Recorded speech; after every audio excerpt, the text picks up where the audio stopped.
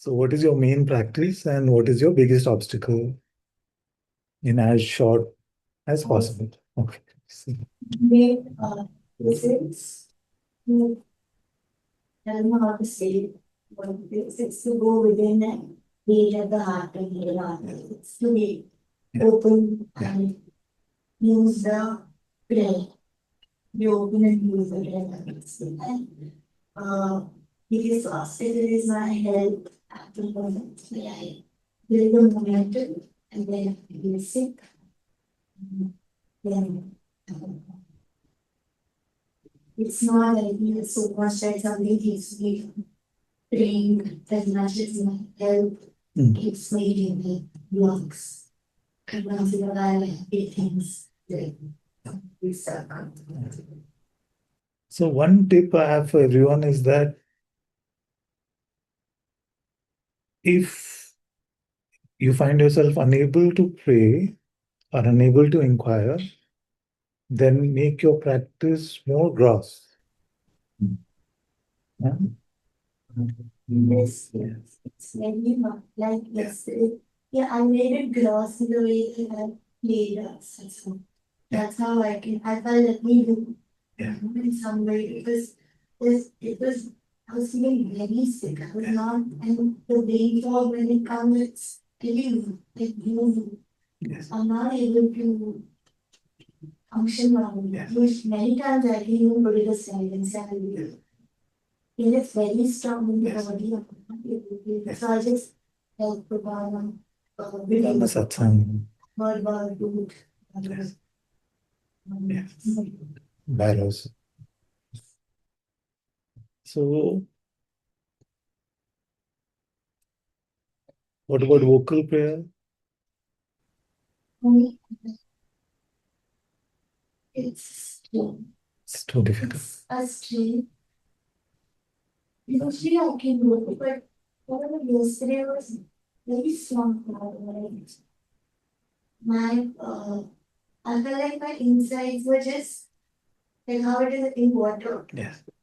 In that painful water, it was just moving inside. Like in my neck, in my head. So but as soon as I then it ended, then I came back. Yeah. I think that that's what if I want to give my time to that, it always makes me feel weeks.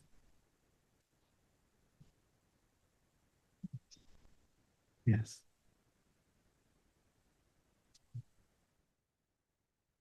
Remember that God is kind and merciful.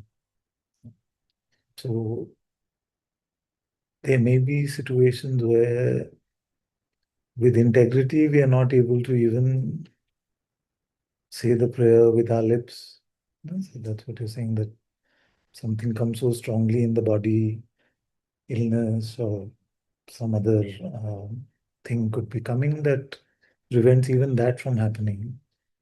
So in that case, to hear devotional satsang, any type of satsang or devotional songs, all that is helpful. Like I tried to sit, I tried to push myself initially, and I could sit quietly. But in that act of sitting, my body got so tired. Like I did that half an hour of prayer, and then I just needed the prayer. Just couldn't sit. So I just You're good, you're on track today.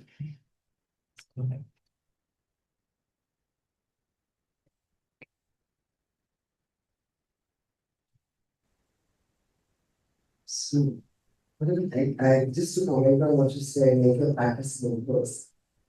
What helps me or help me very much as I get getting distracted is to actually just shut the world out. It's something I did after my father died. When I said I'm not interested in people, talking with them, or playing dance that the outside world may try and distract me. Yes. So I just looked at my mother and said, my mother, shut up, no play. So no moment. And just handed everything over to God. So your main practice is the mala or what? my main practice in fact is the mala I listen. I listened to Thomas Keaton recently, which yes, actually, one of the last 3 days has been listening a lot to Thomas Keaton. Yes. And from time to time, just contributing on a few of his sentences that stay with me. And when I get distracted, then it's easy for me to just go into my religion. Yes. Then after the mala jap, is it too noisy, the mind, or you're able to sit in silence for some time?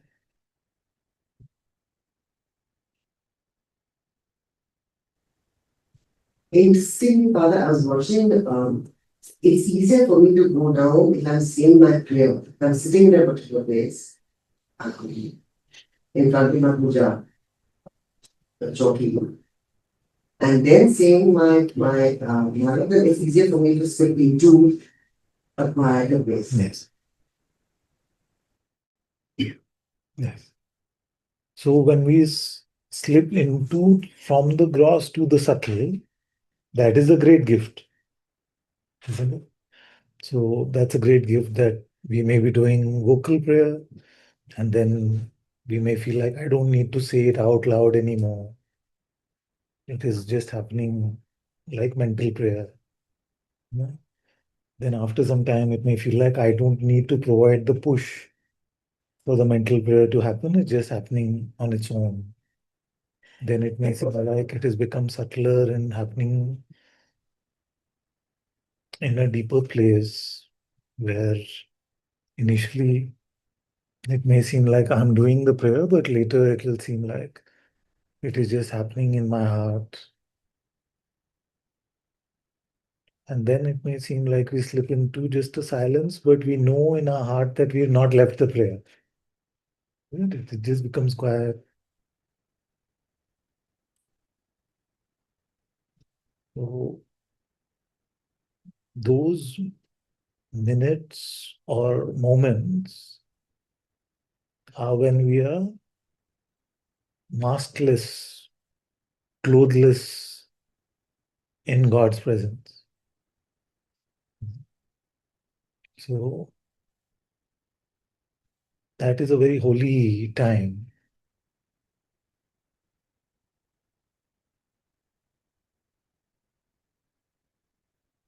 So suppose that you're practicing the EDS, you're using the Ram mantra. So you may say, Hare Ram, incarnation of God. Bless my heart with the light of spirit. Ram, Ram, Ram, Ram, Ram, Ram, Ram. O Hare Ram, incarnation of God. Have mercy on me, a sinner. Bless my heart with the light of spirit or light of Atma. Ram, Ram, Ram, Ram, Ram, Ram, Ram.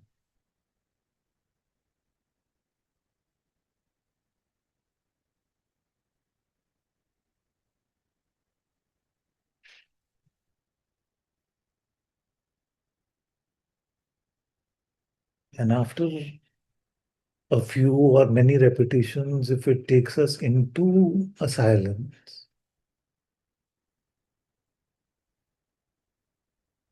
or it takes us into a deep love,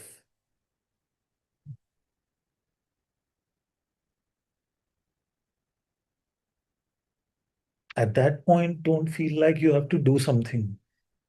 Even the words of the prayer, you don't have to do. Because the point of the prayer is to bring you into that. You see, where it seemed like an effortless silence. Because ultimately, we have to meet God without any masks, without any distance. You see, not even the distance of a word. You see, even if the word is the most holy word, when we become fully innocent in that way, then the true meeting can happen in our heart. So suppose that there is no anchor of love, but you feel pulled into this silence. Or it is time for you to soon get into some other activities of the world. So, at least for a few moments, minutes, just let yourself go.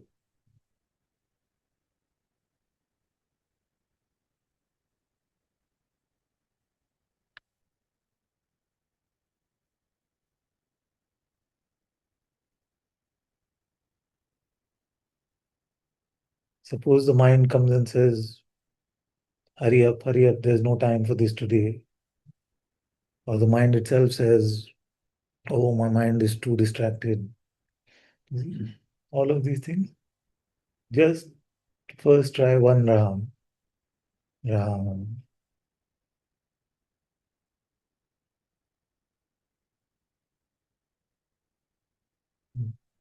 Suppose distraction doesn't go away, it's still very loud. As long as you don't notice that you're getting distracted, anyway, that is, don't have to worry about that. When you notice that you're getting into thinking, you're getting into a thinking process, then you could do your full arrow prayer at the end. Ram, Ram, Ram, Ram, Ram, Ram, Ram.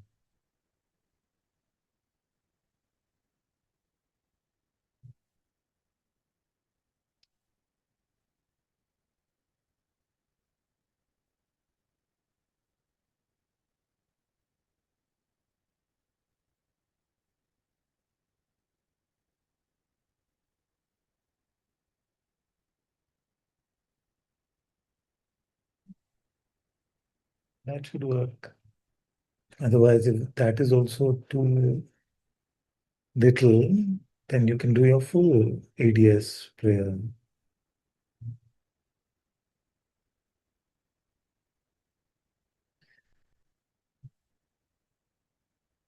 And if you feel like this moments of quietude are not coming, or the deepening in love is not happening, then just continue your ADS with your breath.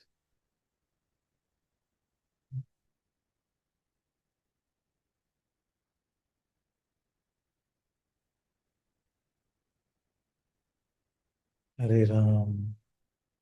First breath, then breathing out, incarnation of God. Then have mercy on me, breathing in. A sinner, breathing out. Bless my heart, breathing in with the light of spirit, breathing out. Ram, Ram, Ram, Ram, breathing in. And Ram, Ram, Ram, breathing out.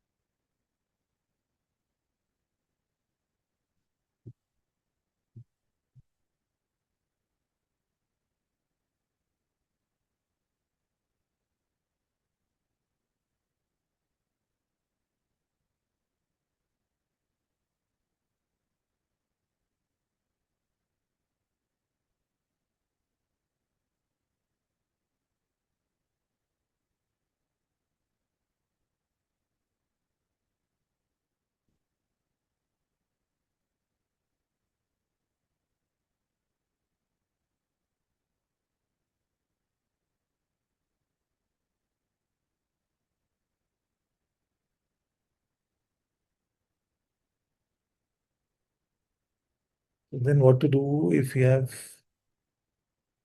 very distracted prayer? Nothing. Don't think of anything as bad prayer.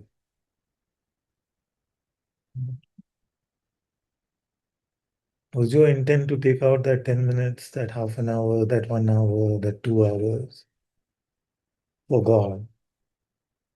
If your intent was that, the rest is secondary.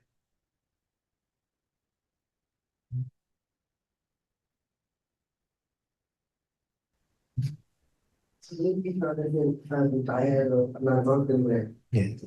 But it's lying down and still doing anything else. Yes. Yes, absolutely.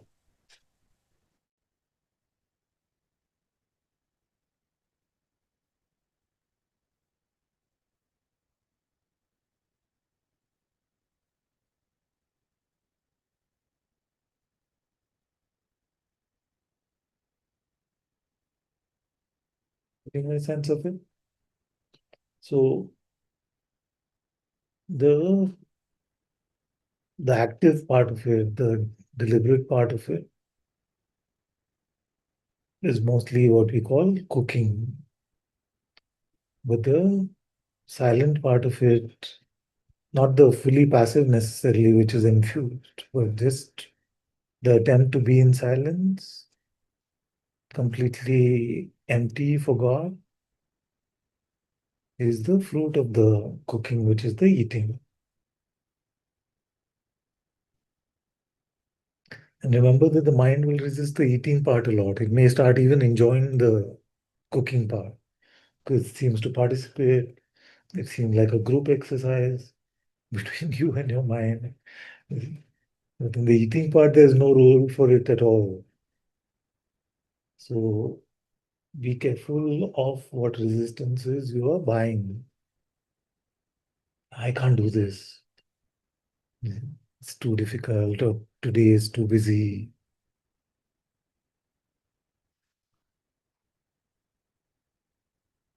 And especially if you're not to worry about how many distractions are coming. You may intend to be in silence with God, empty for God. But in that time, maybe 50 distractions come. It's all right.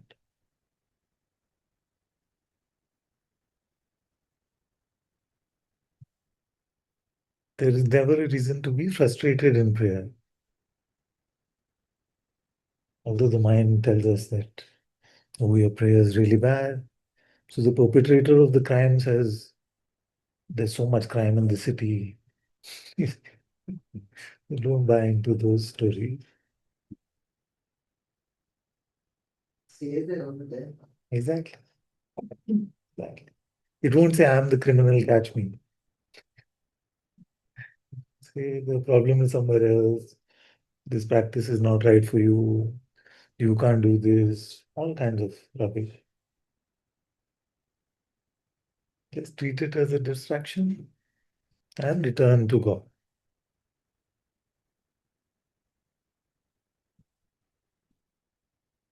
Every time you let it go, it's another act of love towards God.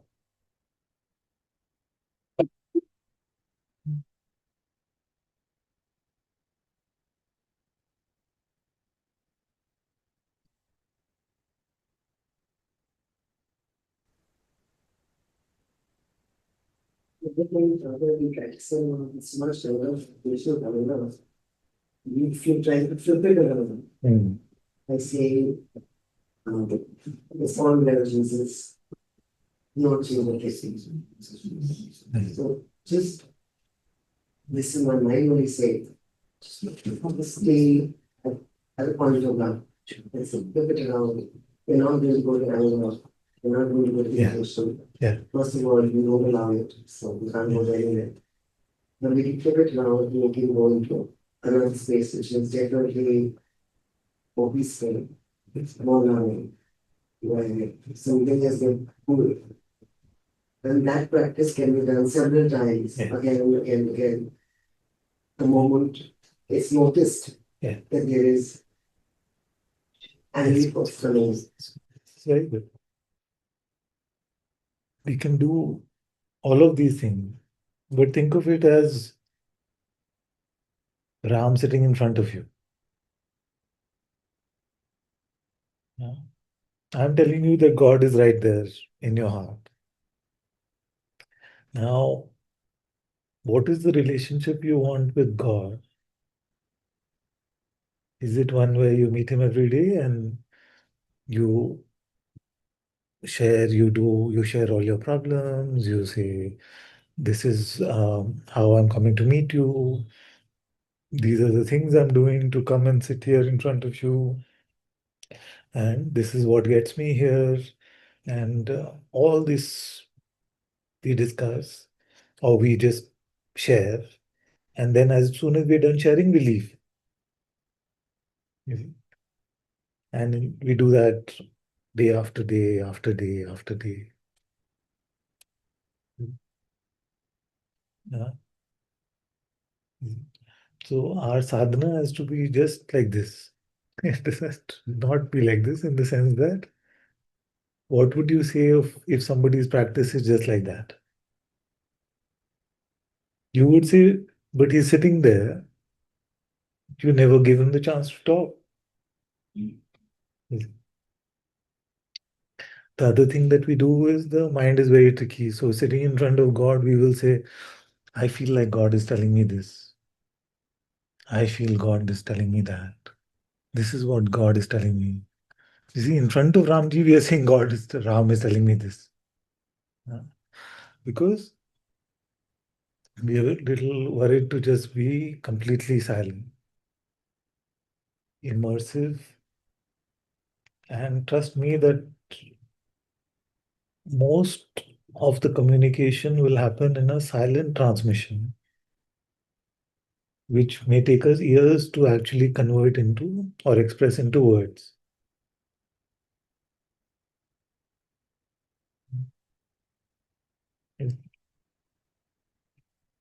So Ramji sitting in front of you will speak to you in a language of silence.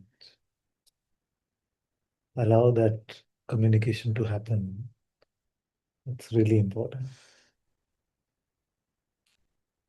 I know that the mind can be very active in these times.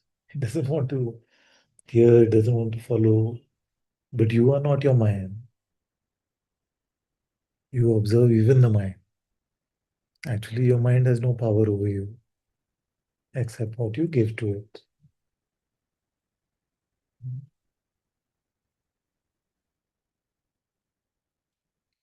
So start with at least a minute, 2 minutes, 5 minutes. Grow that opportunity for silent transmission to happen. Uh, Suppose you finish sharing a report and Ramji is putting his hand out, yeah, and he's pulling you in. And you say, no, no, I have to go now. My job is done. My 20 minutes of prayer has happened. I've done my chanting. I'm good. You see? You have to allow yourself to become his hostage. No?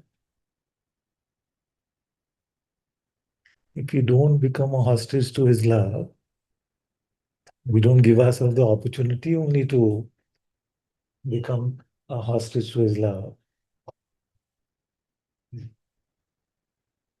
then it'll be just a one-sided relationship.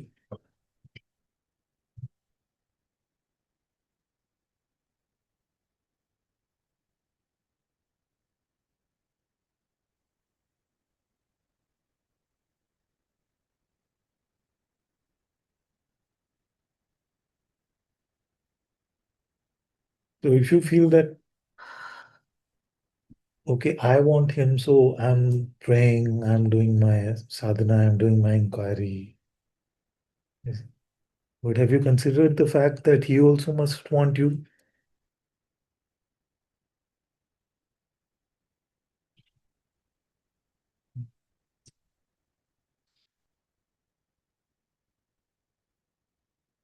You may have an agenda, you may say, I want to find out who I am.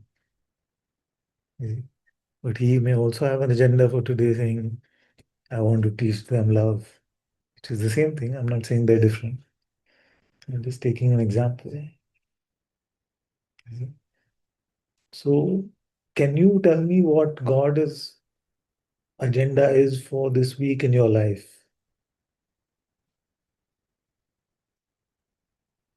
Like we can tell from the circumstantial evidence mostly that I'm facing this issue in my life over and over again.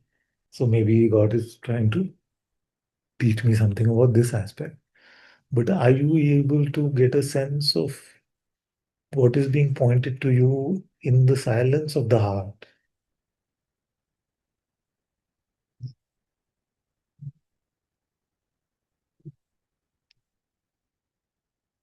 Without imagination, speculation, inference.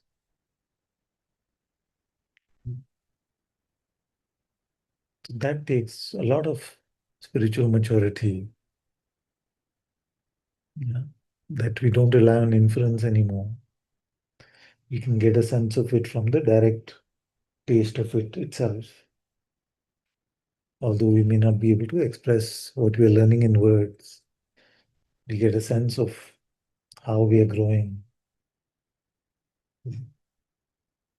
Are we growing in our kindness, in our compassion, in our love, in our self-knowledge, in our letting go of mental boundaries, our letting go of emotional space and time, false identity.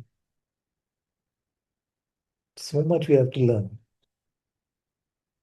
Are you able to hear? Sometimes what happens in satsang is also that the world doesn't leave us.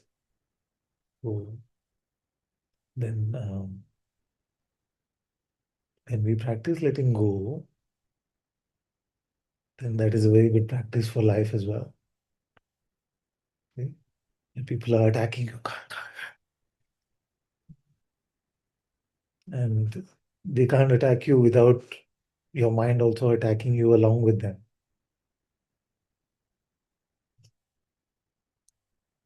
Even if it seems to be attacking another, it's actually attacking you.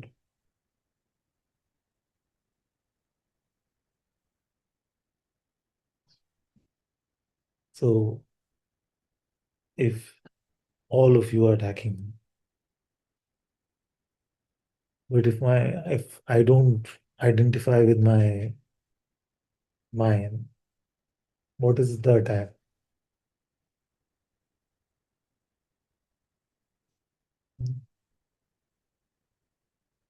I have to accept your gift by collusion with the mind. I have to collude with my own mind to accept your attack.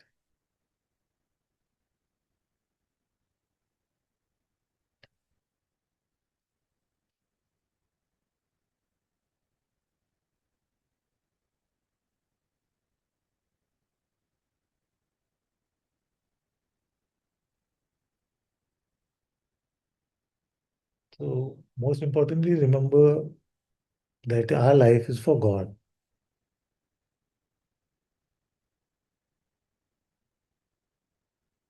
Second is to make sure that we find enough evidence of that in our day-to-day life.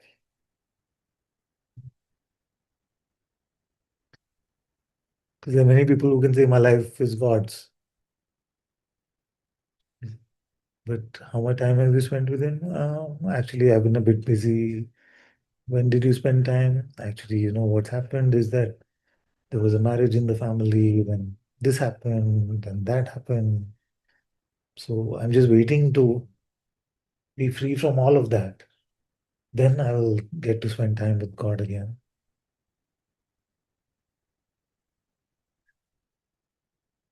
That is not how it is going to happen.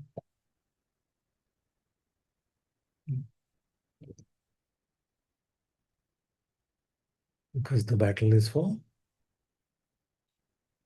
time. It's all about time.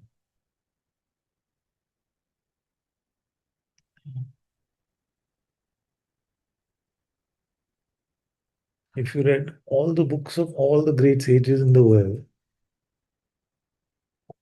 but you didn't apply and build your relationship with God while you're still alive,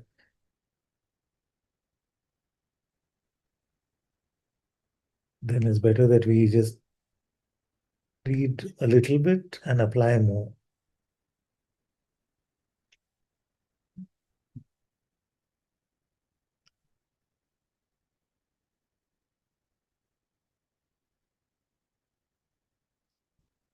Okay, simple question. Is God in the top three relationships of your life? In terms of time spent, communication happening.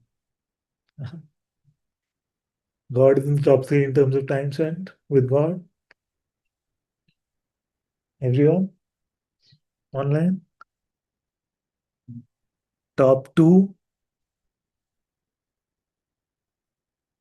time spent, loving attention, whatever we need in a relationship. No?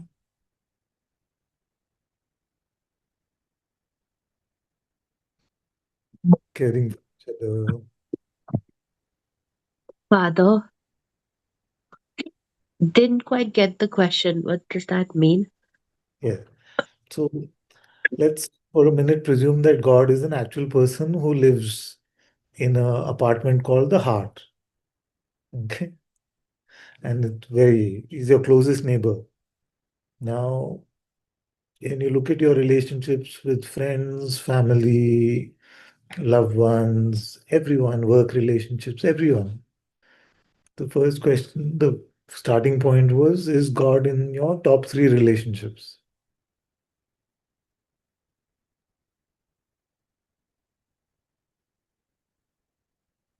Who do you communicate with most? Who do you spend time with most? Who do you love the most? Who do you want to hear from the most?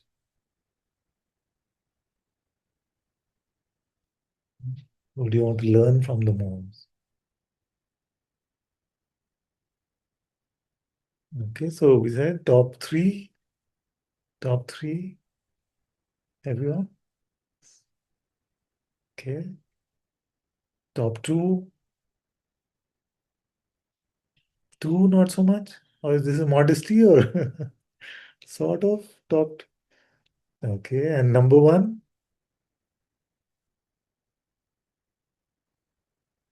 yes, few.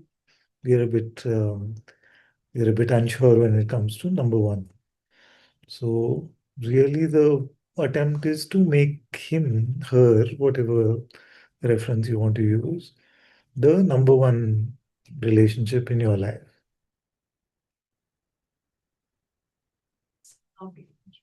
Huh? How do I count my relationship with him? Like,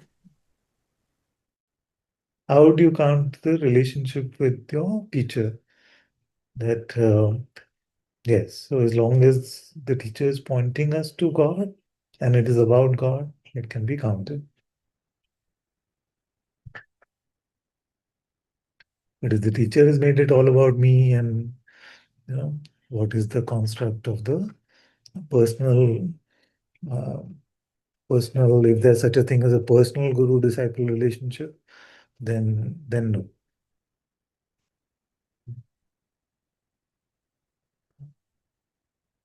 But when the intent is about God, intent is about truth, then yes.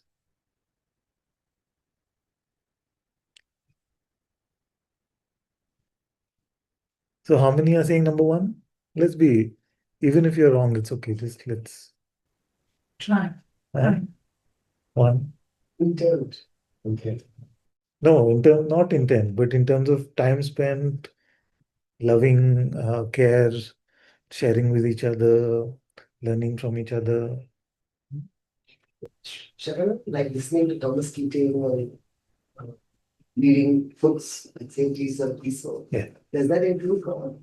Yes, I mean, you have to judge that for yourself in the sense of, is that deepening your relationship with God? It sounds to me like it is. Yeah. So it shouldn't become just, not that in your case, I'm saying generally speaking, it shouldn't become just like a spiritual, exercise, like a spiritual pastime. It should, Intent is what you're asking. yes. Intent is to deepen in our being available for God, in loving Him. I want to see him. Yeah. I want to see his number first. So that's very important. Yeah, godly awareness, I would say first.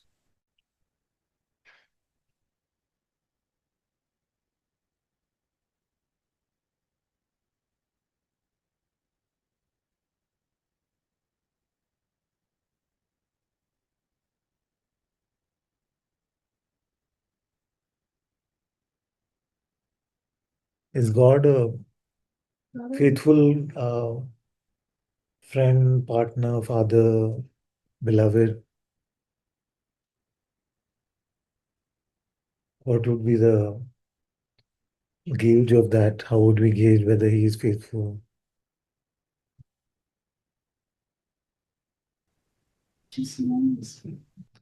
Like how would we tell?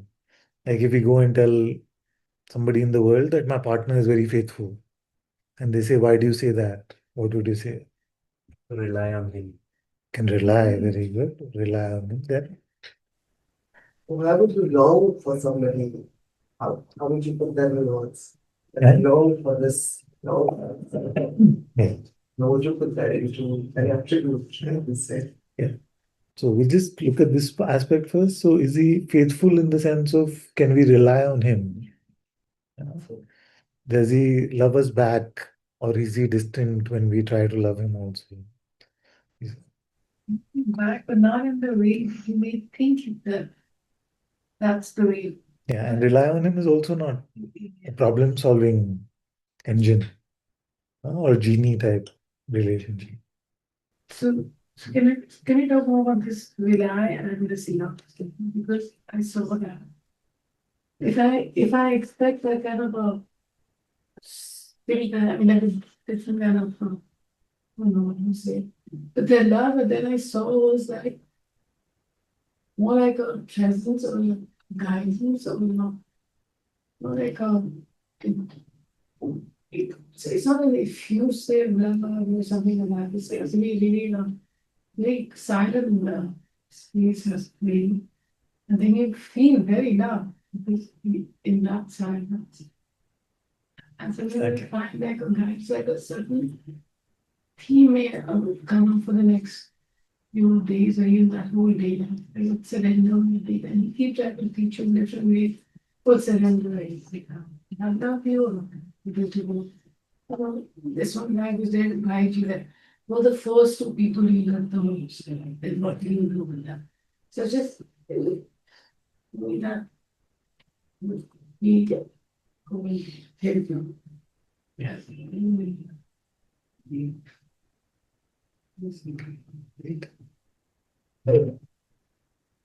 So would we say we are more faithful or he is more faithful? I know we know the right answer, but what do we know in our hearts?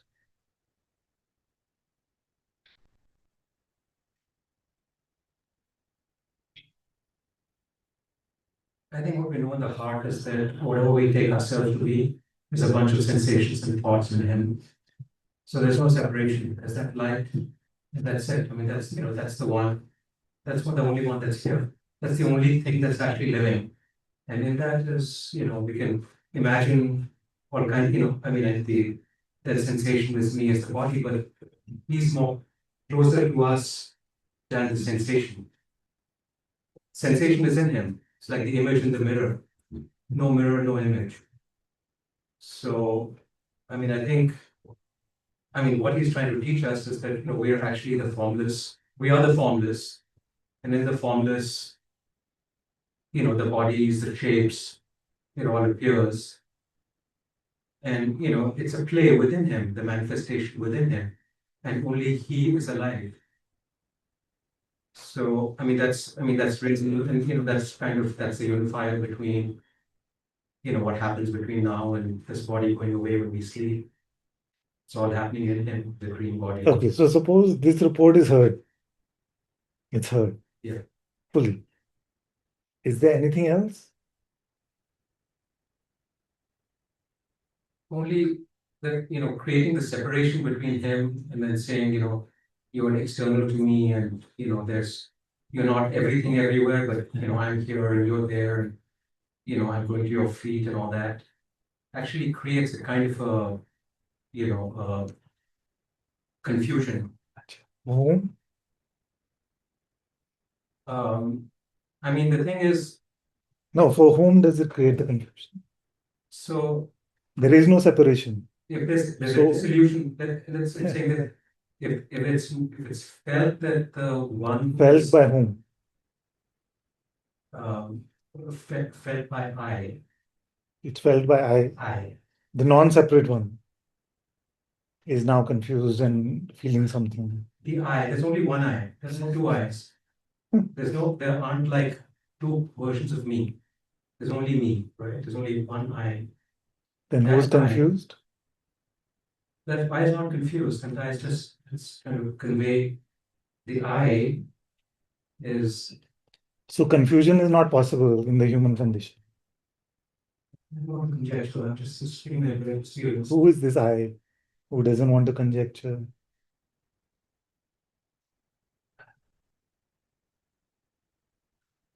See, there's only one I. Yes, I know. I There heard that. aren't multiple I's. And So if you who ask is the this nature one? of the I, This the one. nature of the I is the real one, which is universal, all light, like space. There's only one I. Yes. So So this, then- that's the I. Yeah. Now, that I may imagine that it's personal. Who may imagine? That I'm just saying, I don't know the reason for this Leela, but in fact, I mean, it's very difficult to to ascribe the reasons for it, but I'm just saying that I think it's better to dissolve. I just feel in the heart that it's better to dissolve the separation. Better for whom? Better for the real one. So the real one is in a situation which can get better? I don't know about, I mean, I don't know better, but certainly there's going to be confusion For? for the real one. The real one can imagine itself to be separate, which is what, we've been doing all our lives. Okay. I mean, I think I've been doing this all my life, is just imagining, that I'm this identity and person. That's what I've been doing all my life. And with His grace, I think, and, I think it's what He's saying, there's only one universal I. And, I mean, we can worship Him in all ways we want to. I mean, there are as many paths as we want, as long as we are pure in our love for Him. That's all fine. But I think the eventual reality is there's only one I. I think the ego, the ego, that association is, I mean, this is part of the play. So avidya happens to whom? I mean, avidya happens to if the real I imagines himself to be something separate from himself, then it happens. Then he has to play the game of finding himself. Yes. And by whose grace does the game happen where the return happens to the truth? It's only him. There's only him. Only the light. Only the sun. Shining here. Everything else is his creation. So it's his. When the time is right for him to, get detached from playing around in the world, which is his creation, he wants to come back to his fullness and stillness. Maybe there were some desires, but the desire needs the personal I to fulfill them. Your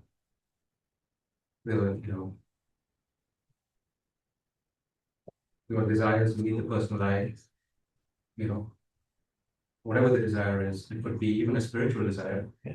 I want to keep seeking Him, keep staying so.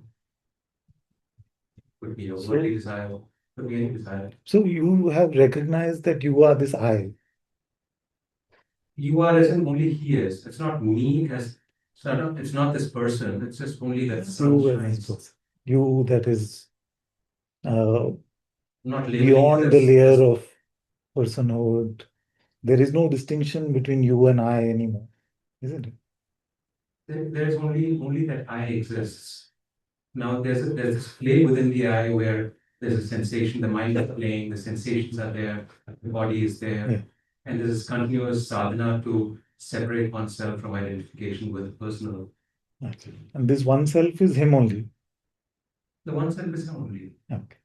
Because the intelligence is only him.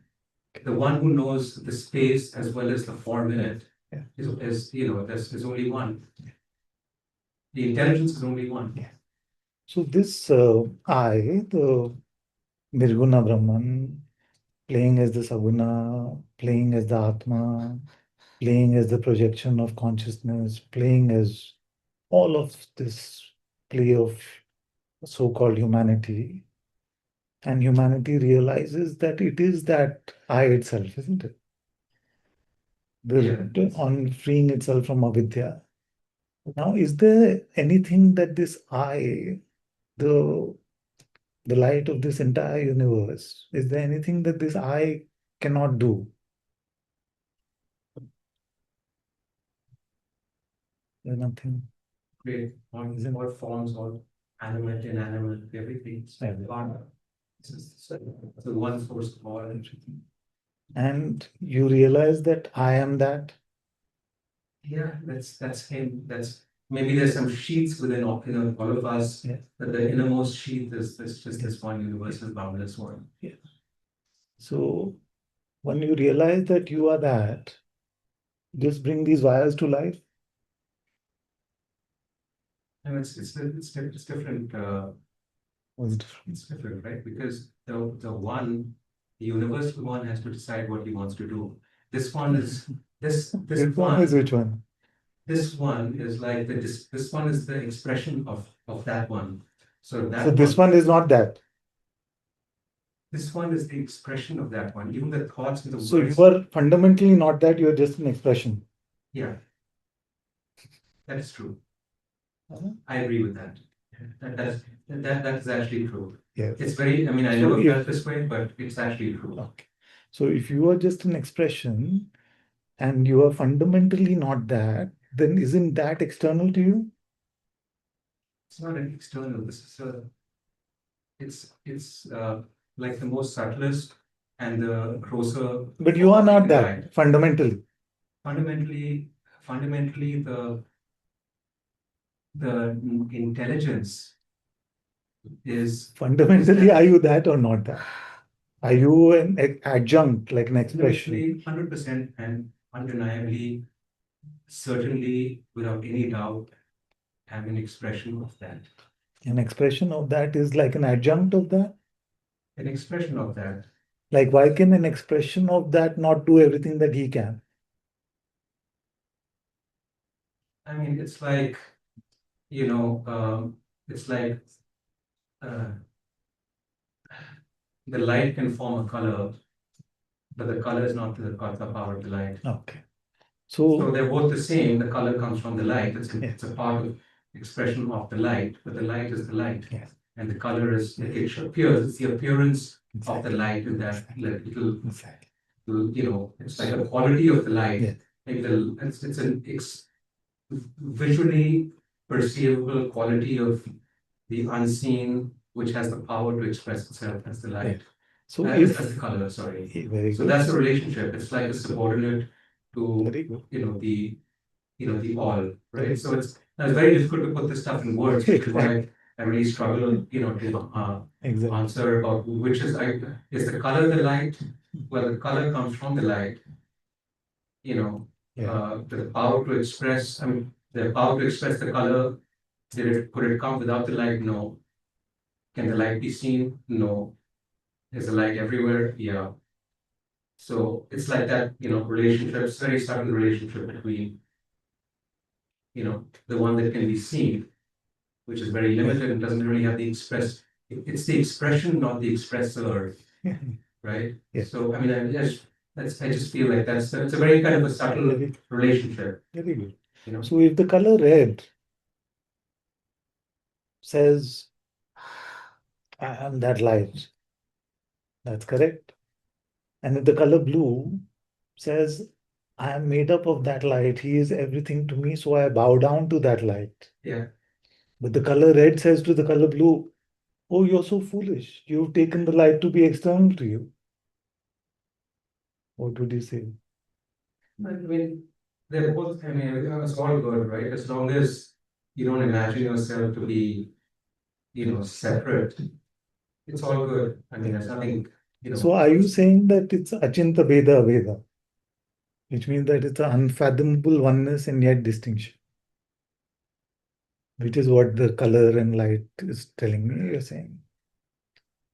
I mean, everything is just one, and then it Yeah. just comes, it expresses itself in different transient forms. Yeah. So if you are that one, Yeah. can you bring this fire to life? If I am the one and I wanted to, make this wire dance around like a snake, I probably could. Please, please. Yeah, but it's not this one. It's the intelligence that projected this one. So which one is that? The light. It's the light. Yes. So this is the color. The color Yeah. can't make the other Exactly. things appear. So although you are one, Yeah. there is a distinction as well. Yeah. This one is like the image of the cinema, and that one is the projector light. So Correct. they're totally different. So although This one is contained in that, but yes. I can't go in the opposite direction. Correct. So Like one image in the mirror can't play the role of the mirror. Yes. So if the perspective of the one that's contained becomes that of reverence towards the container, Yeah. would you say that is fundamentally bad? But there's no bad or good, right? There's nothing at all like that. It's just a recognition of reality. And then that's what, we search for the recognition of who we are. We recognize who we are, and any way we do it, whether it's through reverence, through sitting the mind and Yes. experiencing it, through karma, through what there. I mean, I can't even say unless I can only talk about your own experience. So if but there's so many paths. Who's one to judge one or the other, right? They're all great. As long as you come to this understanding. If the contained Yeah. feels like the container is much bigger than itself, much broader than itself, that it is nothing in front of the container, then in that reverence, if the words seem to be that you are the greatest, you are the highest, you are the most loving, you are the most merciful, would you say that that one is caught in avidya necessarily? No, not at all, right? Because we can't even, I mean, the power of the one who is here as all of us is so, I mean, it's just unfathomable to the mind itself. Anything we can say, to it, How are we have to be reverent. I mean, we have to be reverent because that's our living Father and His only living life right now. So, I mean, how can we not be reverence to, how can the painting not be reverential to the painter? It's the painter, right? Very good. So he's actually painting this image right now, second by second. He's Exactly making this transient play, appear. So everything here, every element is him. Yes. But why are you saying him? It's one with you. No? Yeah, that's true. And but why are you saying him?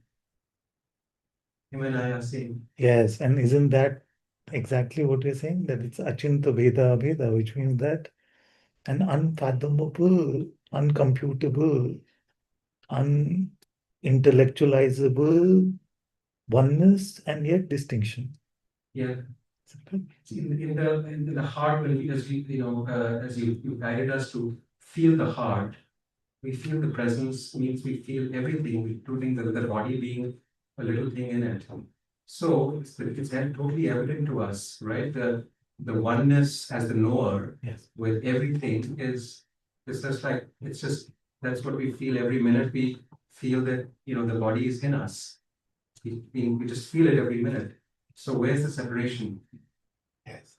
And yet that so we can't say that we can say we are there and we have expressed ourselves as the body but where's the separation? Exactly. So So the Abheda part is clear because we can't find the boundary to ourselves.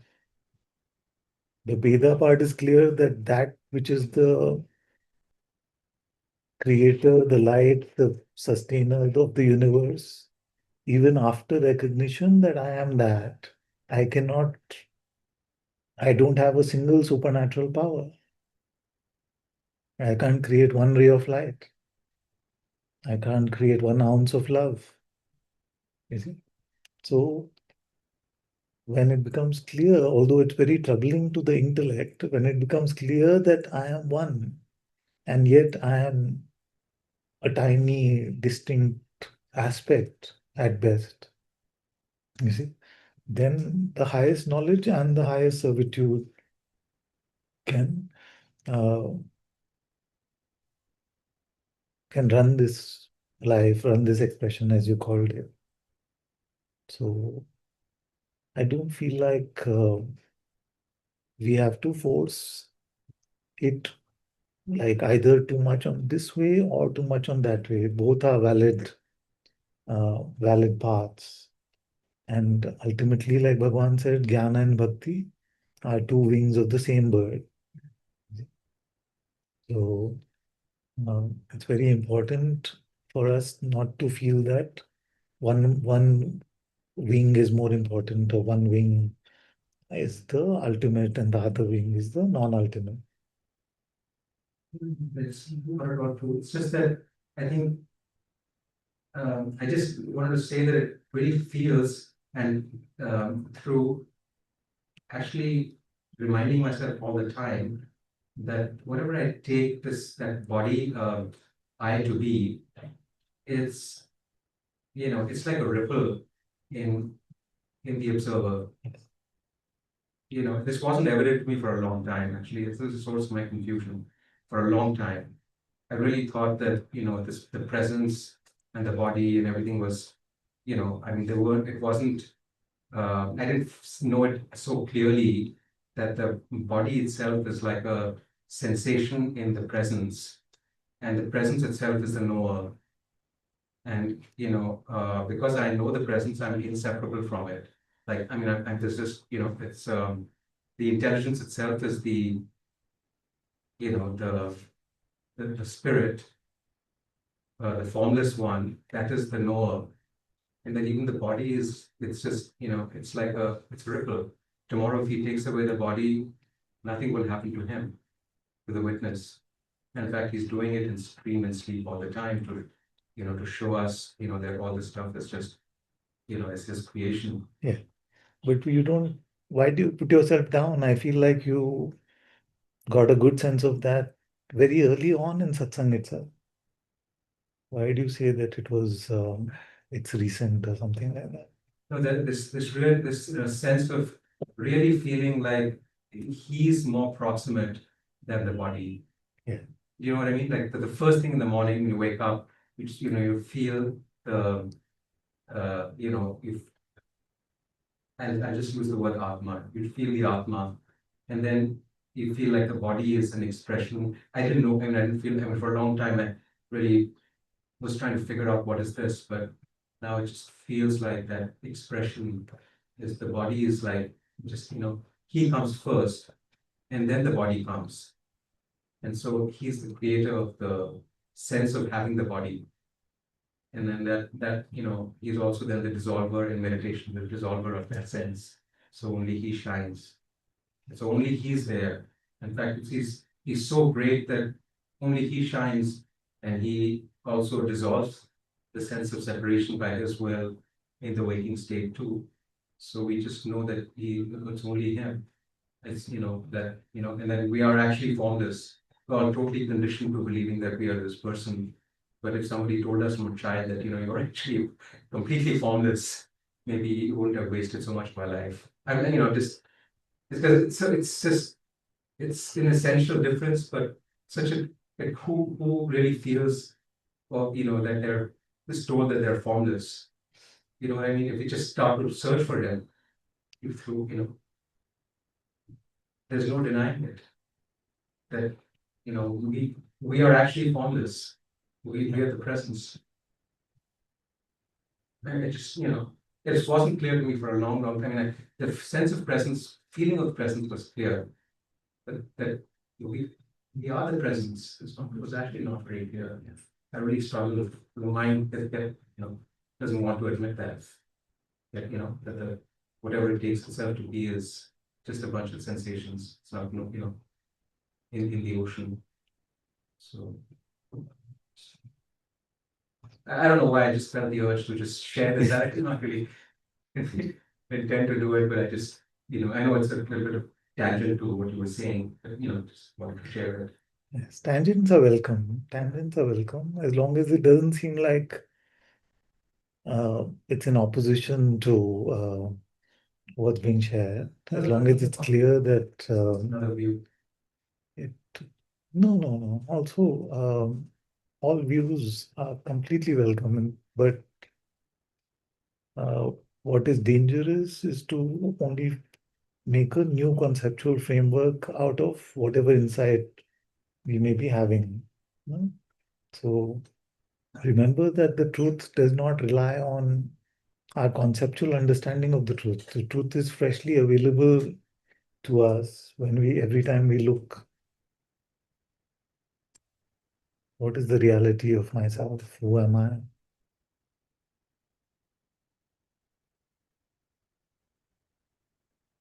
Do I need to remember the answer to that? Maybe as a reminder to look, but not as a replacement for the looking. You see? Because the truth is always freshly available. God is always fresh and available. That which we make as an understanding in our mind cannot add light to the truth.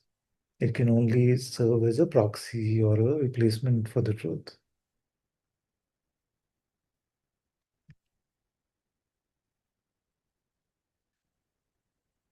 So the attempt is to be empty of, is there anything that we know conceptually and we take to be the truth of ourselves conceptually, which is not avidya?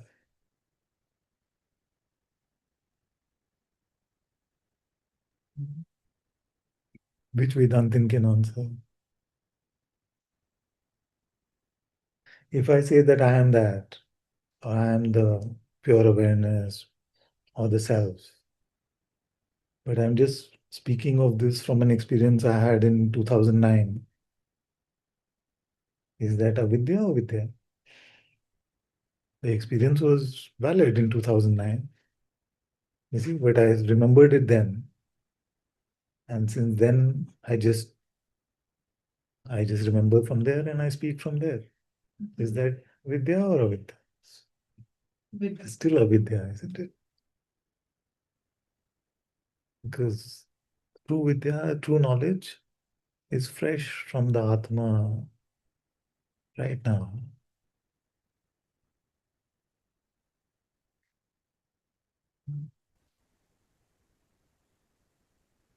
When you say, "But this is so familiar, so like this flesh world, like maybe when you're open and ended, then you realize that you're seeing it now. Otherwise, you can imagine that, imagine what you saw long back, and think that you're seeing it now, but actually you're not. You're just remembering.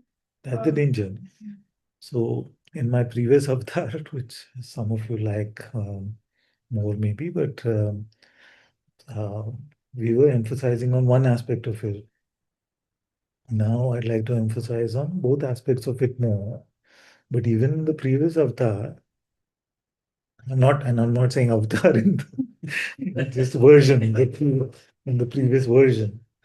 Uh, the previous version, I was just emphasizing on that aspect of it more. But even then, the emphasis was that if it is heart insight, if it is intuitive insight, if it is Atma Gyan, then we must not have to rely on some conceptual, intellectual framework to tell us what it is. It must be fresh and alive right now. The truth doesn't need to be remembered. Only the false needs to be remembered.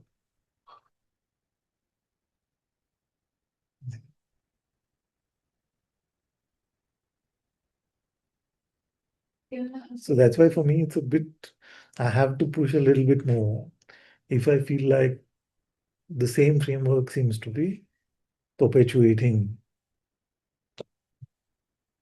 so we need to fall back into that which is freshly seen,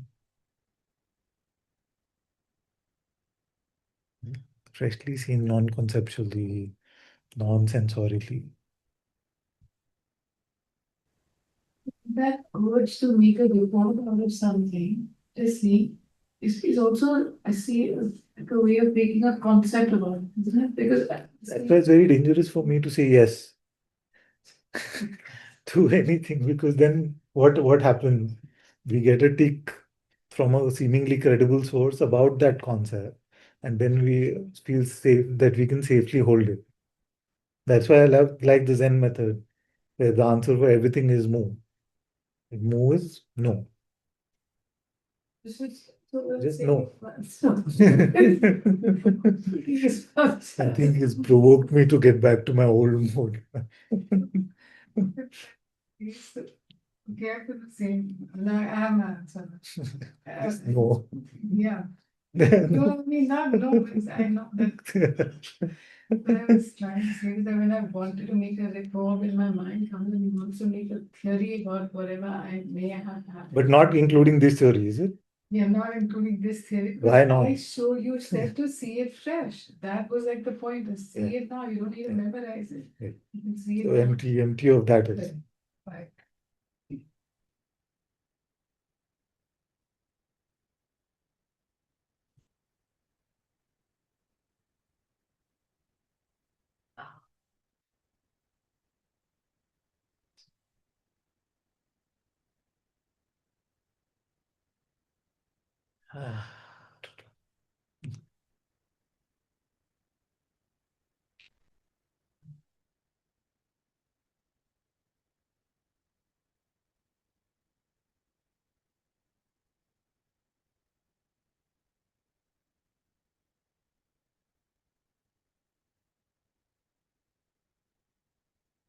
Important conversation.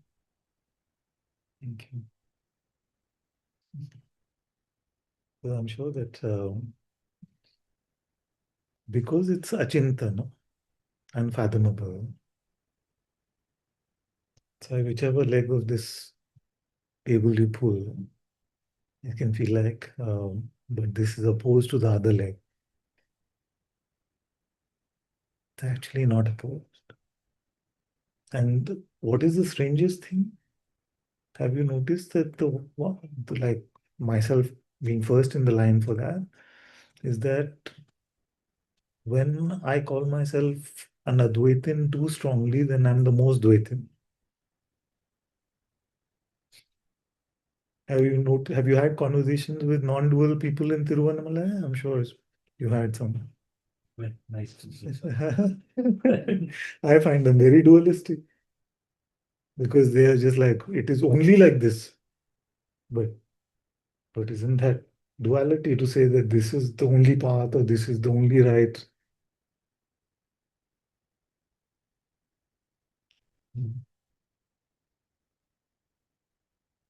Not fall into any of these traps. Have a broader perspective. Well, when you were talking about this experience, so it might sound for you also, and like we are studying, so you also have to do some activity to treasure this gift you receive. We have to keep it safe by sadhana. In the inquiry was my constant companion for many, many years. Like every night I would sleep with the inquiry, even after the so-called awakening happened in 2009. I don't feel like there was any point where the inquiry was not my companion. Uh, so, and before that, I feel like a lot of chanting.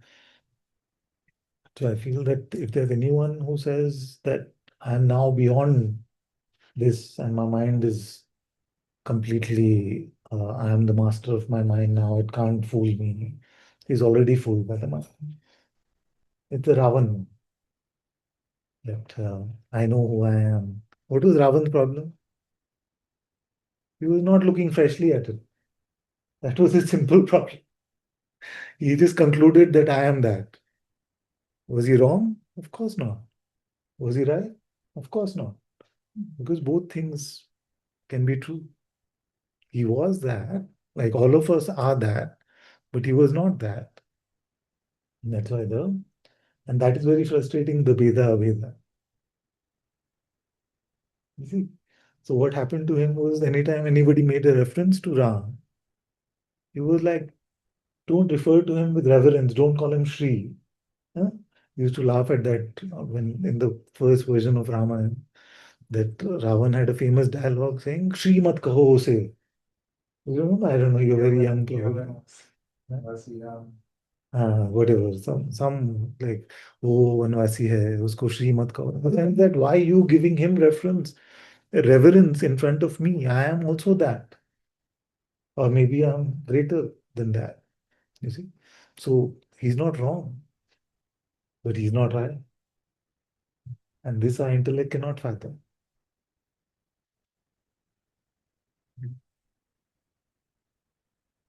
So we are that, and we are servants of that. That's the second part he forgot.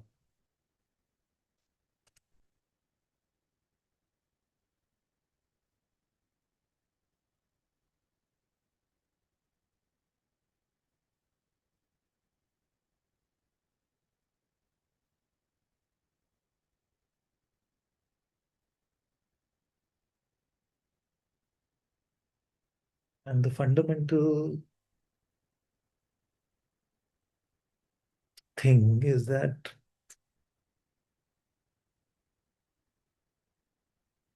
no matter how high our recognition may be, we have no power to command the Atma.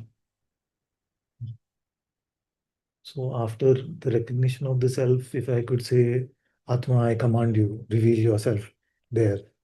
I command you, reveal yourself there. You see? Then that one would be God who could do that. But because the Atma is God Himself in the form of the Spirit within us, we are only in reverence and love and servitude to it. Does this mean that the recognition that I am that is false? No, it is not false. It is completely true. I am that in which consciousness takes birth. Consciousness as Saguna Brahman, as God Himself in the Saguna aspect takes birth within me. Is that a lie? It's not a lie. And yet, am I still not the most measly insect, mosquito in service to God? I am. Is my job not to wait on my holy teacher in my heart called the Atma within, who is the presence, the being, the presence of the being of God? It is my job. So anyone who can proclaim that I am that also has to then recognize that I am a servant of that, or I'm a beloved of that, whatever the construct of the relationship may be. And the same place where you see that you are that, also you learn your dharma, your role. You see? So Atma Gyan is not just Gyan of the Atma. You may be mistaken about this. This is an important aspect. When we get Gyan from the Atma, when we get knowledge from the Atma, it is not just you are the self or you are the presence itself. You see?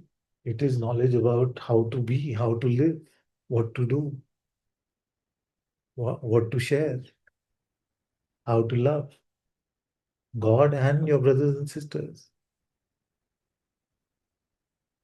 See, to know that all is Maya is not contradictory to loving our brothers and sisters and all living beings in Maya. And where does that knowledge come from? From the same Atma.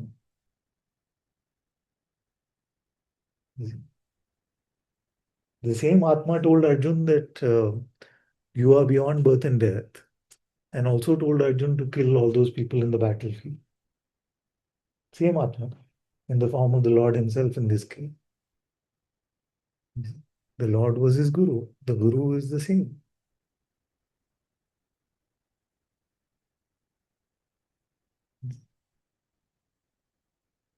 That is why it's very important for us to be broad.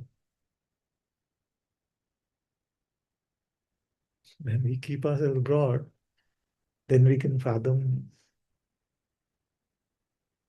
Maybe we may still not be able to fathom the entirety of the Bhagavad Gita, but at least we can fathom more than one chapter then.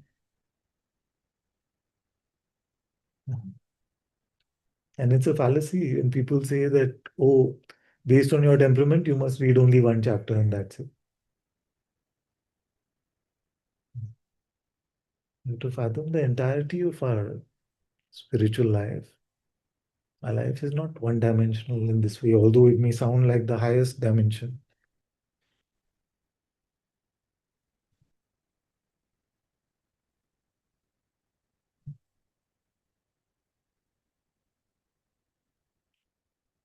That's why the great sage Kabir, who had the highest insight, said that more important than anything else is to learn the Dhai Akshar of Prem. And the 2.5 alphabets, the 2.5 letters of love.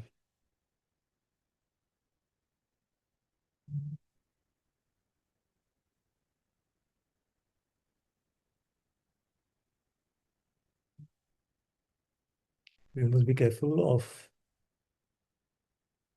the mind's ability to make conceptual understanding of very worthy sounding knowledge.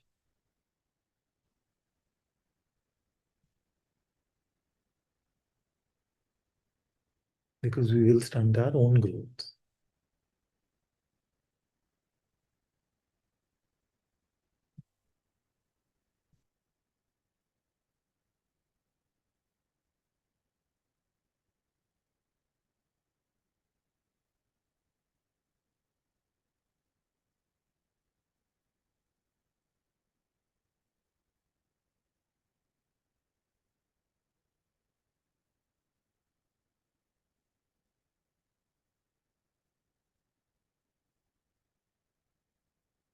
What is that story of that great sage who who went to this poor man? This poor man would just, he didn't know anything, but he would only take the name of God. What is that story? Yeah, this is not how to think. Yeah, yeah, yeah. What is it? Can you say? Yeah, let's try. That there was some farmer or something. Yeah, exactly. Some farmer, means was some big pandit was seen by. And he saw him praying and just speaking to God from his heart and Yes, in a very innocent. yeah, Yeah. taking the name of God in the most innocent way. Yes. And he said, are you foolish? This is not the way to take the name of God. You have to say this prayer at this time. I'd say it just like that. And this man is so innocent. He said, I'm so sorry. I didn't know that nobody taught me. So I'm so sorry. I didn't do it the way you wanted. He starts to follow this man. This man goes home and goes to sleep at night. And in his dream, God comes and tells him that you're so foolish. There was just one person who was talking to me in the way that I'm not the most. Yeah. I'm just. Yes, yes, this one was so close to me. And now you have pushed him up away, you pushed him apart. Please play like this only teach me. Teach me. Very important. There's one more like this. This woman, she was just every day going and calling Krishna the sun. And I think putting water to Krishna every day, saying that he is the sun, and saying that every day she would go and put water or something to the sun. And saying that's Krishna, and somebody sees and says, what are you doing? That's not Krishna. Have you ever heard that the sun is Krishna? Are you crazy? And then Krishna comes in her dream and says that I'm so thirsty. You haven't given me water. But she says that, but they told me you're not Krishna, you're just the sun. She says, and then from the next day, she doesn't follow anyone. She says they don't understand it. She continues. Like the Janabai story.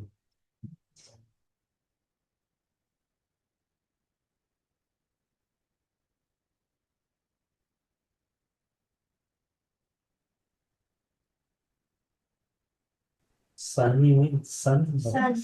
It's Surya.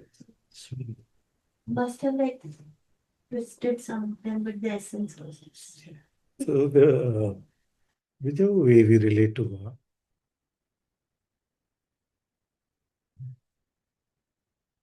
Okay, anyone else wants to share their obstacles or need some help in their prayer? Good. Shall I start putting the poll again? Yeah. Huh? I think so. I don't know how to avoid being too quantitative and That's a I just wanted to be helpful in the sense that I don't want it to cause guilt, but I wanted to inspire everyone to remember to pray. You can just speak, my dear. You don't have to put up hands.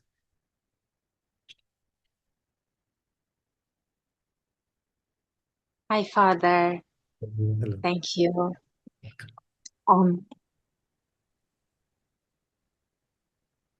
First of all, I want to share that recently I feel ADS very powerful. Okay. Like, sorry, breathe issues. Good.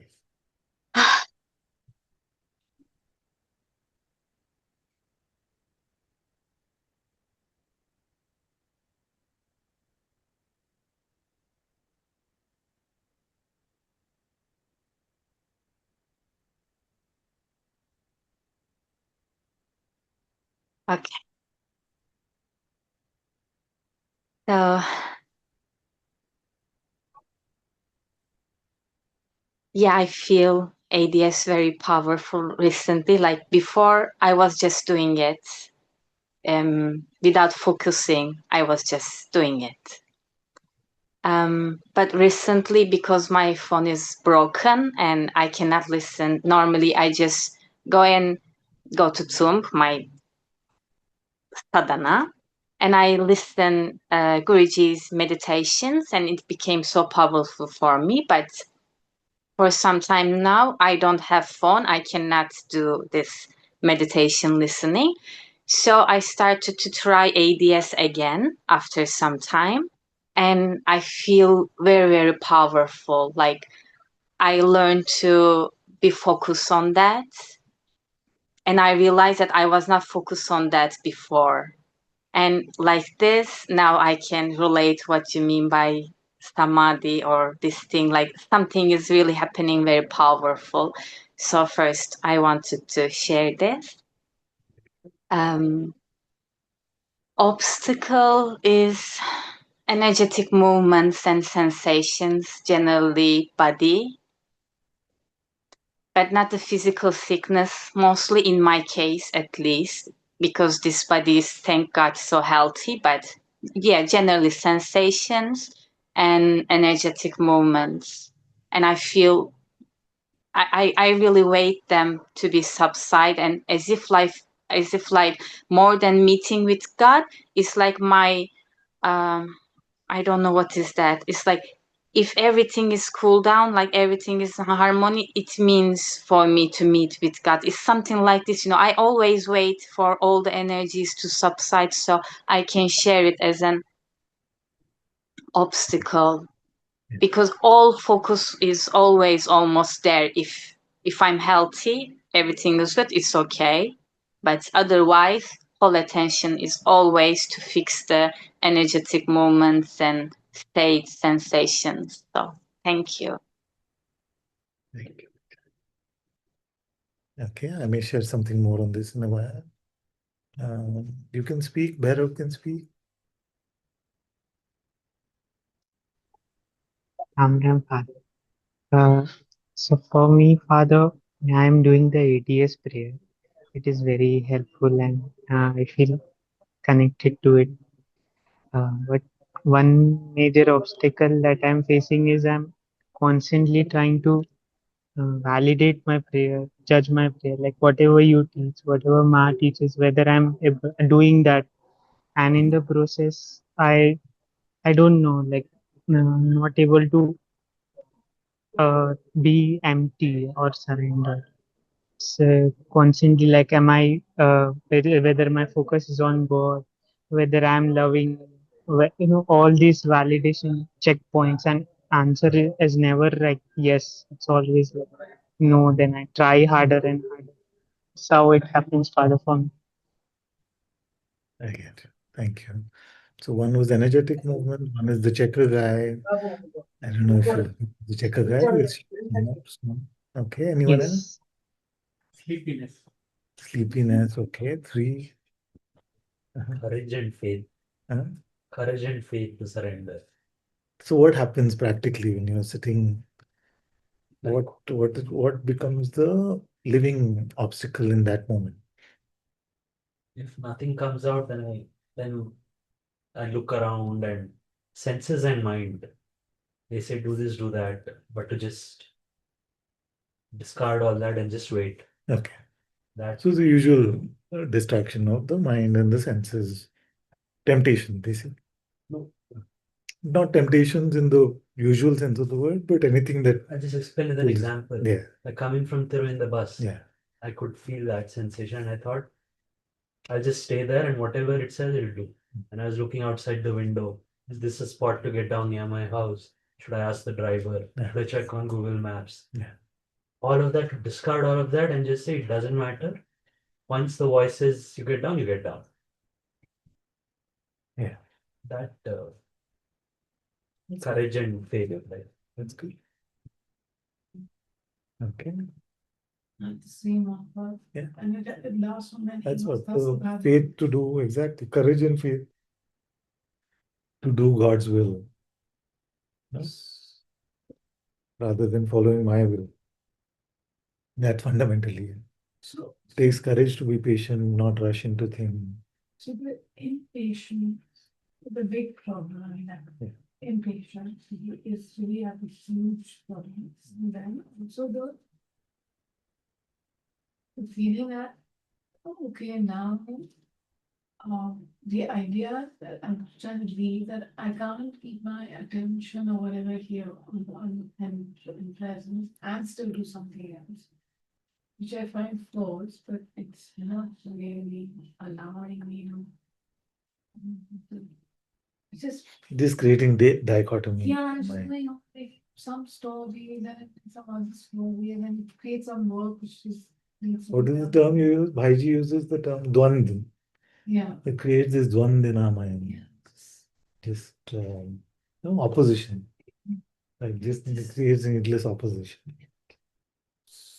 So what would you say I should do? Then I try and remember what he said. Okay. I'll give you a clue. Say that. Okay. What is I forgot that time.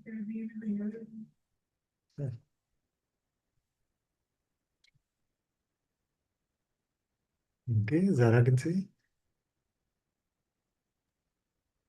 No, Father. Is there a lot of background noise? Because there are a lot of dogs No. barking outside. It's completely fine. Okay. So, Father, while praying, I have this confusion, Father, that but that while praying, I need to be empty. Like when I'm praying, it's like very loud in the mind. Like I'm like as I'm fighting simultaneously with something with my mind. So I sometimes stop in between, just calm myself down, and then start again the prayer. So I don't know, Father, if that is the right way, because I was not doing like that before. I was just like, if it is Vana, focus, pray, continuously pray without non-stop. Thank you. So distractions. Thank you. Thank you. Can I say, Father? Yes, yes, right. Hello. Hello. Yeah, an obstacle in this case is a kind of checker guy, an arrogant checker guy, like let's say, yes, I'm doing it well. Yes, I can feel God now, or something, and I see that this generates a kind of distraction, and because it's yeah, it's a kind of checking and getting something. Getting Yeah. the getter guy. Yeah, the getter guy. Yeah. Mhm.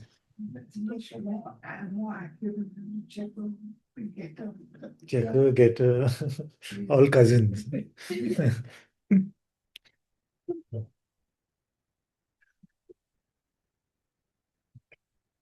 So what to do? Let's try and go one by one. And if I missed out something, just remind me. So when sensations come, which are very strong, what to do with them? Just try to be as empty of any judgment as possible, empty of any interpretation. This must go, this can be here, this is good, this is bad. Because without that, you just have to leave it to God's grace. Once you've let go of your mind intellect, with your attention, you can bring attention to it or try and withdraw attention from it. But when sensations are so strong, they feel so strong because our intention seems to be so fixated with those particular sensations, isn't it? So I would say don't get into a war with them. Don't try to withdraw attention too much. Gently say the name of God and see whether attention becomes a little more broader. But if it seemed like a struggle, leave it. Don't worry. As long as you're empty of conceptual ideas, of just you're not getting trapped in fruitless thinking. All this has to sometimes release itself. And sometimes it's very frustrating as to how long it can take for all of this to empty out. But God is the best judge of that. But just trust that us sitting at the door of the temple is the best healing that can happen to us. And if all these sensations are being released, then that is a very holy release, and we must allow that to happen. So, not to worry about that too much, and also not to look at it as too much of an obstacle. No energy, no sensations are endless. Only God is infinite. So just have to continue to be patient and allow it to release itself. And if you get some inner prompting that indulging in a particular thing is leading to more of this kind of things being held on, then you must follow that inner prompting as well, so that you have a chance to empty yourself of all of this. But just follow your heart. Like sometimes we feel like some trauma is being released or some things are just getting out of our system. But the mind pushes things in our day-to-day life so that we end up recreating, re-traumatizing ourselves in some way or the other through some, or creating like too many reminders, which almost acts like fresh trauma. You know, so we just dwell on something so much that we never actually release it. It gets released, and then we bring it all back in again. So allow our heart to guide us in all of this. Sometimes to look at it and to let it go is good. Sometimes to just let it go without examining is good. And all this will be day to day, minute to minute, actually. And therefore, the Atma itself will have to guide us as to how to do that. Then it was about the checker guy. What to do with the checker guy? The checker guy will come and say, today very good, today very bad. Now you said the right thing, you said the wrong thing, you are doing it right, you're doing it wrong. Just, it's just another thought.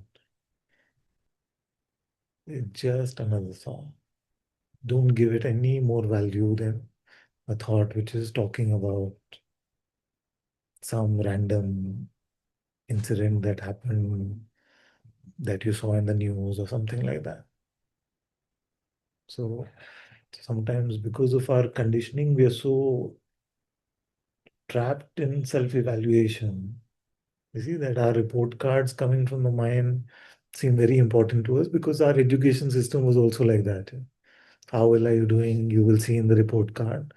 So when the mind offers us a scorecard or report card, then that seems very attractive to us. Yes. Unless you're being nudged in the heart, it has a different flavor, different texture of loving guidance from the heart. You feel the presence of love. You find no haste or rush and no authoritative pushing. You see? Because the mind can act like the spiritual teacher very well, but it cannot replicate love in your heart. So if you're feeling guidance coming in the very deep presence of love, then you can treat that as hard guidance. Anyway, the texture will seem like it's coming from a different place, but that takes some maturity, some just being in silence to be able to notice the difference in textures. You see? So the mind can also pretend to be very holy. Yeah. My child, you're doing this wrong. You know, you're a complete mess. You can sound like, like you can say, but, but if you don't buy, no, if you don't buy. So one good thing is that if you're not sure, just leave it. Because the Atma is not in a rush. The Atma is infinitely patient. So if you have doubt that is this coming from mind or heart, just leave it. You see, the heart knows your intention is to leave the false, so it won't hold it against you. So, but as you become clearer and clearer, the presence of love from the Atma becomes clearer to you, then the heart guidance will more and more be seen. So you may find things that you may realize your mistakes, you may find things that you have to be repentant about, but it is done in a very loving, holy classroom. It is not in the oppressive, authoritative bullying of the mind. Even when it's trying to replicate holiness, it can't. So you'll get more and more a deeper sense of this holiness, and you can follow from there. And the same thing applies to the, see, some temperaments are attracted to negative reports about themselves. I'm such a mess. I'm not doing it well. Other temperaments are attracted to the getter. No, I'm getting it. This is so good. I'm finding God. Yeah, I made it. This kind of stuff. So then that also has to be let go of. So in fact, it was Thomas Keating who said that uh, if Mother Mary herself comes in your prayer one day and tries to tell you something, just very sweetly tell her, not now, dearie. Right now, I'm in the middle of contemplation. I found that very sweet. This is much more sweet than if you see the Buddha kill him.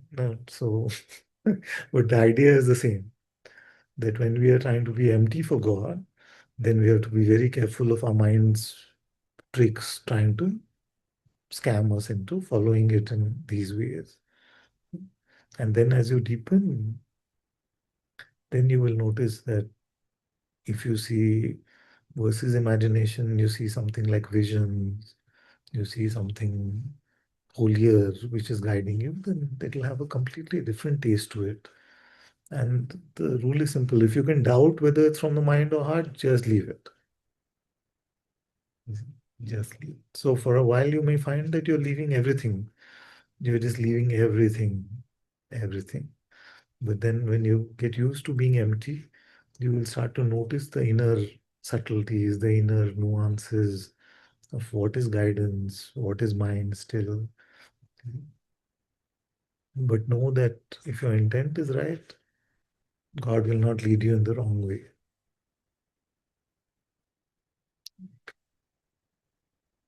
So we got the session, the sensation, we got the checker guy, the getter guy, just day-to-day distraction. We said, no? Return to your mantra, return to your chanting, keep yourself empty for God. So empty for God means just a sheer silence or a silence anchored in love. Either, whichever is happening to you.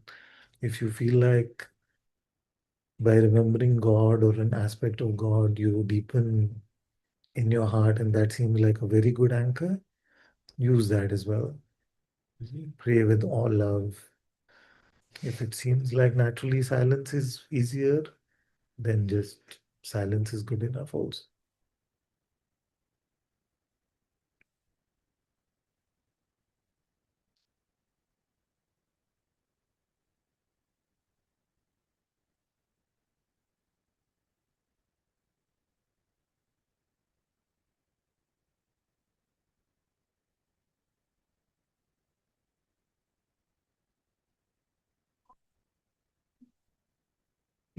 Sleep, just sleep, it's okay. Sleep comes that like that. And then you just fall asleep. Many times, are you able to distinctly notice that you fell asleep? Or many times it's like a unsureness. More of a like sleepy. Does Shama notice you snoring? No, not that kind of thing. But like one thing is if it is sleepiness, no, then if I go with thought, I don't know. If you go with thoughts, with then thought, going with thoughts, that if I'm distracted, it takes more time to realize that I was distracted. The kind of when you're more sleepy. yeah, in between kind of state. You are not Yes, like sleep, yes. slept, but Yeah. So sometimes it's all right to sleep because if the body needs rest, you know that it is the Atma itself which is the provider of rest. So don't look down upon it. Trust the rest that comes from our prayer. But sometimes what we also have to do is pick the time where we are most fresh to do the prayer. Many times what we do is we put prayer to last priority. So when we are done with everything else, then we are the most tired. Then we say, okay, now I can pray or something. just after eating and all that. Yeah, so then those are the times where you may feel the most lethargic sleep. So if your best relationships, your most important job, you will give it your peak time. These things are difficult. I mean, it's too easy to say, but as much as we can implement, we can try and implement. It forces her to wake up early because that's the time when you're least distracted. I mean, Yeah, but if you're then sleepy, like if you like didn't get your full sleep and you force yourself with an alarm, then many times depends on your condition actually, but many times you may start your practice well, but you may go to sleep also. So you have to just try out and see for yourself.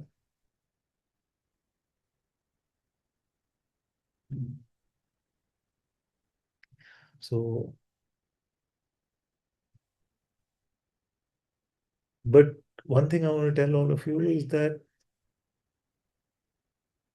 the start of the practice is a human endeavor. But the depth of the practice is a gift of God, is a supernatural endeavor.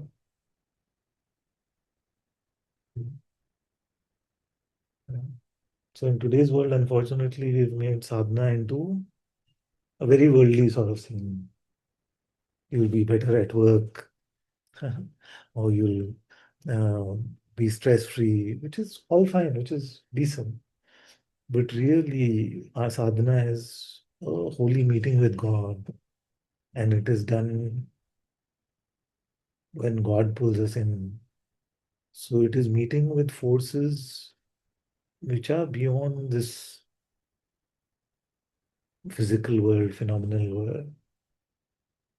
So we must appreciate the opportunity that we are finding within our lives to be introduced to that which is beyond all the regular forces of the universe. It doesn't operate on gravity and light and sound and time and all of these things. Like even the simple prayer of recollection is not a gravitational force that is pulling you in. We say all our faculties get pulled in. What force is that?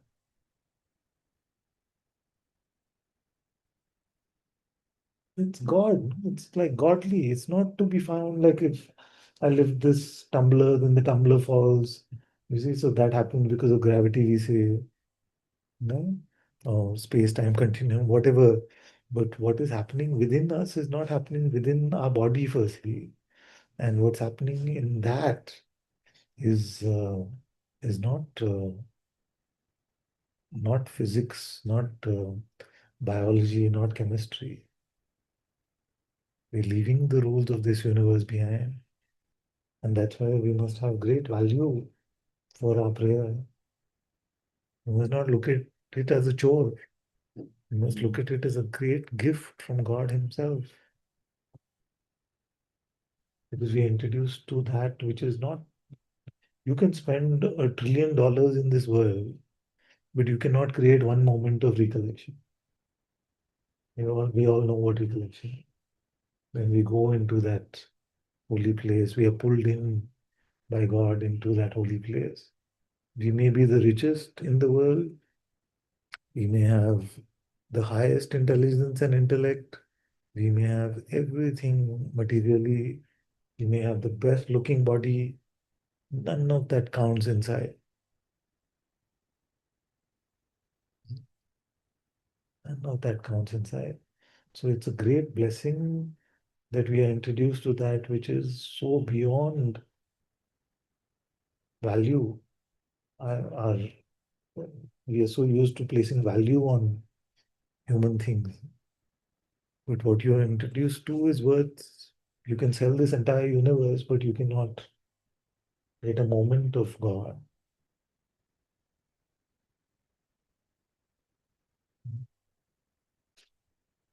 So, although it may be very helpful to, in today's modern world, to sell these sort of practices in the form of self-help, but at least let's not remove the sanctity and the extreme beauty that is on offer. It is a very pristine process. It's a very sacred thing to be able to go into our heart temple where true knowledge, beauty, truth is found. Satyam Shivam Sundaram is found.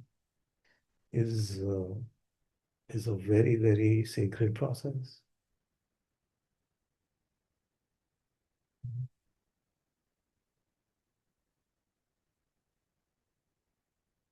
And the more we treat it as sacred, the more holiness we start to find within our hearts.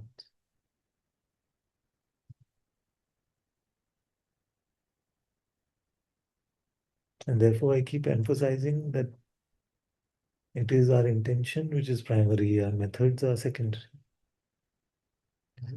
Our reverence, our taking it to be sacred, to remember that we are approaching. Who is it that we are trying to approach? You see, sometimes we use the word God so often, it's become just another word. And in the world also, we use it just uh, so badly. For everything, we say, "Oh my God, oh God," but we don't actually remember God when we say it. It just become another figure of speech or something like that. So But let's return the honor and the reverence in our remembrance of God. And when we talk about things like the heart temple, we are talking about the most sanctified temple, the most sacred temple, the holiest place, more than any pilgrimage in the world, more than, if I dare say, more than any spiritual place.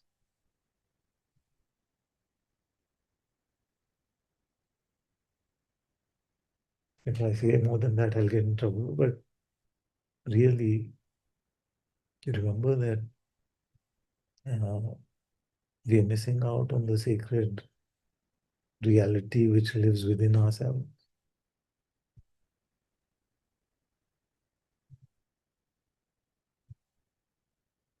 And there only innocence, simplicity, love, faith, patience, gratitude, there only all of this works. There only all of this works.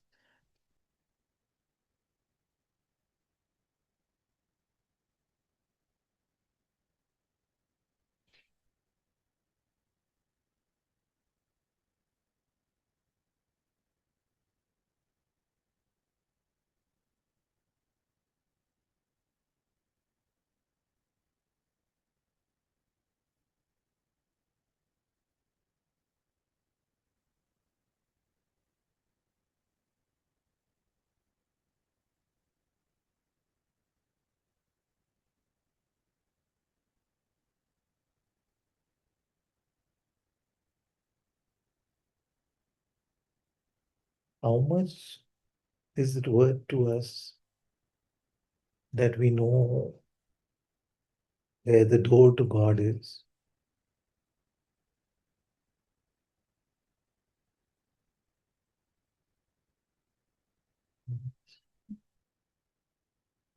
So that And for what is that worth for which we exchange this?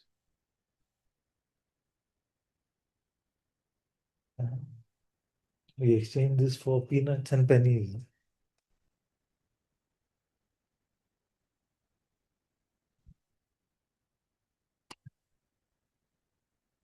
Instead, we must stay here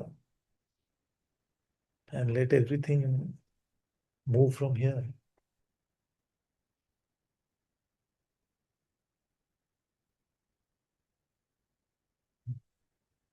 Stay with God's presence, stay in His temple, waiting patiently. Whether it seems like you're inside, whether it seems like you're outside, don't waste this opportunity.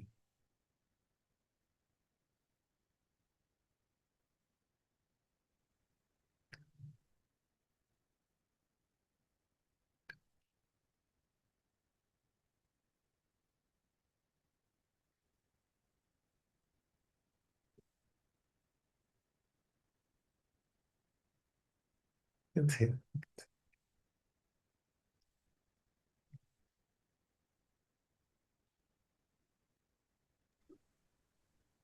I'm sorry, Father. After this silence, it can seem very personal. Is it okay? Go ahead, go ahead. Sorry.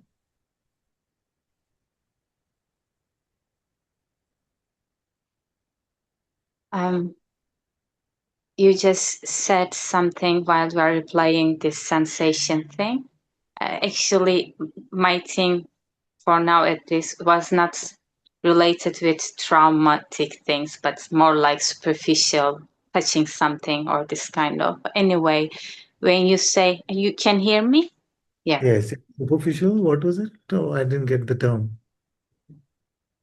It was not trauma-based energetic movement, but more like when I wear something or when I touch somewhere or when I enter into some kind of space, this kind of thing bodily. But it's not important for now. I wanted to bring something that you just mentioned that I couldn't hear exactly, but if like when you are healing from trauma, don't step the same thing again. You said something Yeah. like this. Better way to put it, actually. I didn't put it so well. Yes. Um, Keep stabbing the same wound again and again, thinking that we are healing it. But healing happens when we operate in guidance from the spirit within.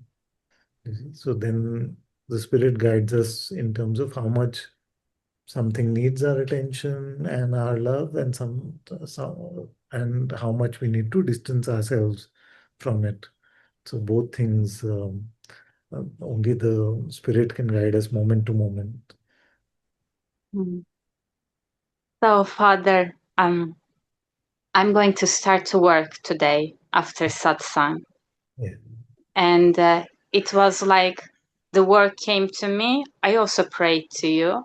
And it was like a work which I was prayed for, with all these things seemingly. But for some time, I'm burning with it and I cannot go to work because it's like it's touching all my vasanas and traumas, the whole work. And I worked before a lot.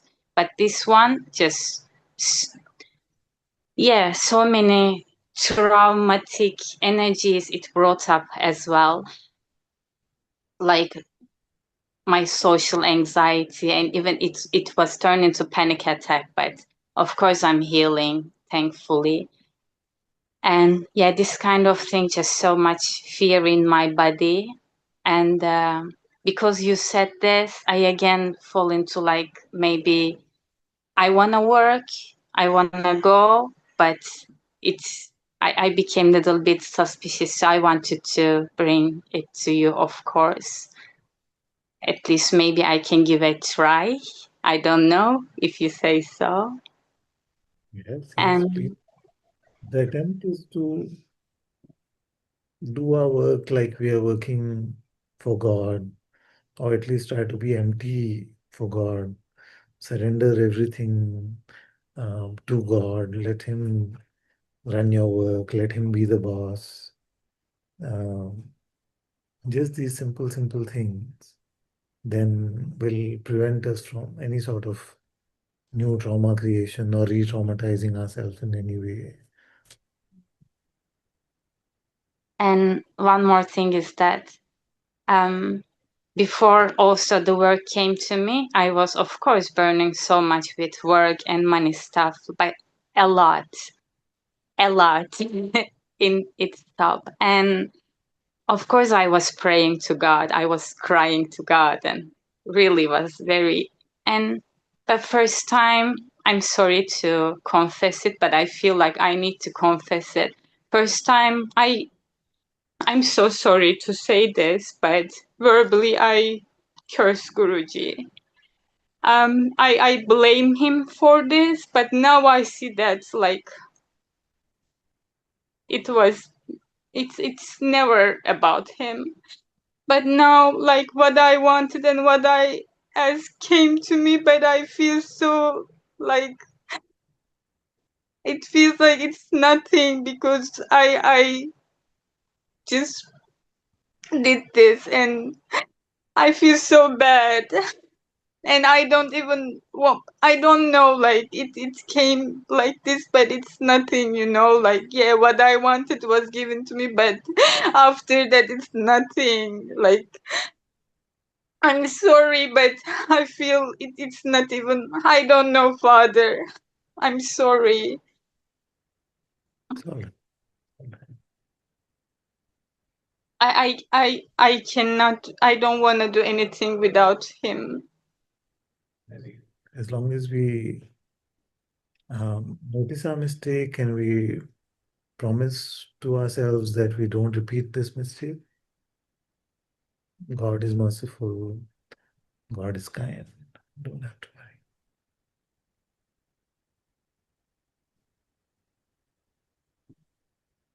Yeah, Yeah. But still, we shall not do this. Yes, yeah. Yes, we must never. What was in the book of Job that we've spoken about? What was the plan from the devil slash Maya? The plan was that take this devotee of God and make them such that they end up cursing God Himself. Mm. You see? So, not just neutral to God, but to become actively opposed to God is what Maya wants from us. You see? So, we must not curse God in any way. We must not curse our teachers, even though they frustrate us at times, especially this one. Yeah. So we must not curse them, and we must not curse any of our brothers and sisters, actually. Yes, Father. Any of our brothers and sisters. Um, we must not, and many times I was trying to explain to my kids, but maybe it'll take some time. But sometimes the habit starts very casually. It just becomes part of language, and then it just escalates from there. So we must not get into any of this anger with our brothers and sisters, especially not God and teachers. We must not curse anyone actually. Yeah, recently God is showing me this, Father. Because in our religion it is little normalized. But anyway, actually what I feel like also recently I wanted to share this. Rather than cursing, we just have to, not even need to, or we should, but we have to, like as a sangha, we have to pray for those who doing wrong to us. I start to really feel the truth of it, like when Jesus said, I start to see the truth in this, like we are responsible to pray for them. It's not just you should. Yeah, we are responsible. Very good. Very, very good. Yes, it is our job. It is our duty. Yes. Very good. Very good.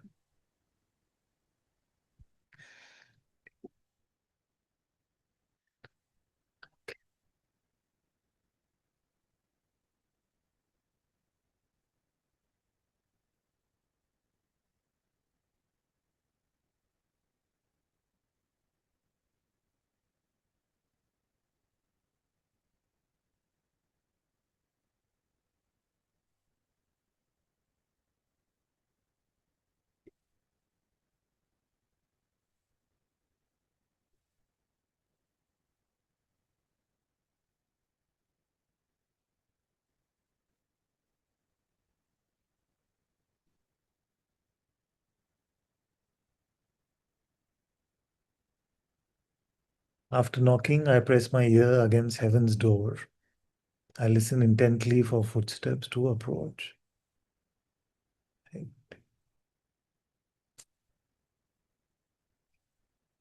That's a very important point.